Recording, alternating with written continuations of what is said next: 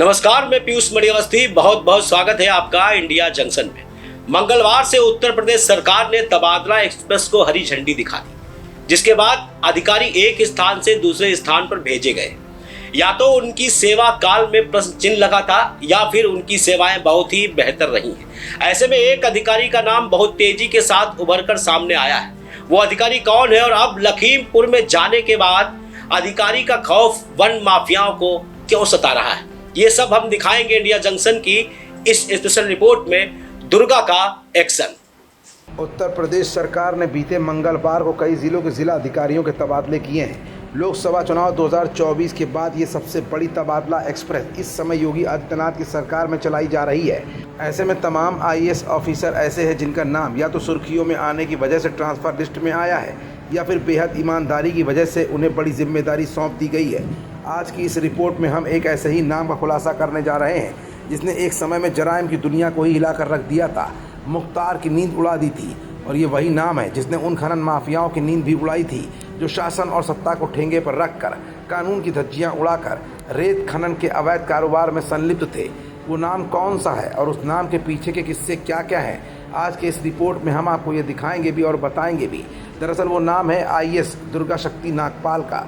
बता दें कि दुर्गा शक्ति नागपाल अब तक बांदा की डीएम थी और उन्हें अब बांदा से लखीमपुर भेज दिया गया है। माफिया मुख्तार अंसारी के बांदा जेल में रहने के वक्त ज़िले की डीएम दुर्गा शक्ति नागपाल ही थी।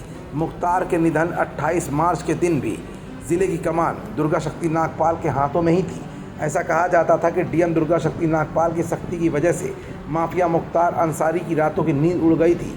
25 जून 1985 को जन्मी आईएएस दुर्गा शक्ति नागपाल का गृह राज्य दिल्ली है। वो 2010 बैच की यूपी कैडर की आईएएस ऑफिसर है। दुर्गा शक्ति नागपाल ने आईएएस अधिकारी बनने से पहले बीटेक में ग्रेजुएशन किया था।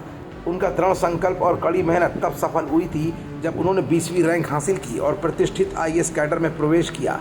भ्रष्टाचार के खिलाफ निडर होकर कार्रवाई करने के लिए दुर्गा शक्ति नागपाल पिछली उत्तर प्रदेश सरकार द्वारा निलंबित की गई थी, लेकिन बाद में जिले के जिला मजिस्ट्रेट डीएम के रूप में उन्हें बहाल कर दिया गया था। मगर वर्तमान योगी आदित्यनाथ सरकार ने दुर्गा शक्ति नागपाल को एक बार फिर से पावर दे दी है। दुर्गा शक्ति नागपाल की शादी पूर्व आईएएस अभिषेक सिंह से हुई है। आईएएस दुर्गा शक्ति नागपाल की मुलाकात साल 2009 में यूपीएससी परीक्षा की तैयारियों के दौरान अभिषेक से हुई थी। मीडिया रिपोर्ट्स की माने तो दोनों ने 2012 में शादी की थी। दुर्गा शक्ति नागपाल भी काफ़ी चर्चित आईएएस अधिकारी हैं। अभिषेक सिंह के पिता रिटायर्ड आईपीएस अधिकारी हैं।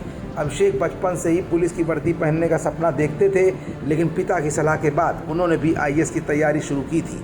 फिलहाल लखीमपुर में दुर्गा शक्ति नागपाल के सामने जहां एक तरफ जंगलों की अवैध कटान के खेल में शामिल वन माफिया होंगे, तो वहीं अब बांदा के बाद अब लखीमपुर में दुर्गा शक्ति नागपाल का चाबुक कितनी तेजी के साथ चलेगा, ये बताने की जरूरत बिल्कुल भी नहीं है। खबरों से जुड़े रहने के लिए सब्सक्राइब करें हमारा चैनल इंडिया जंक्शन।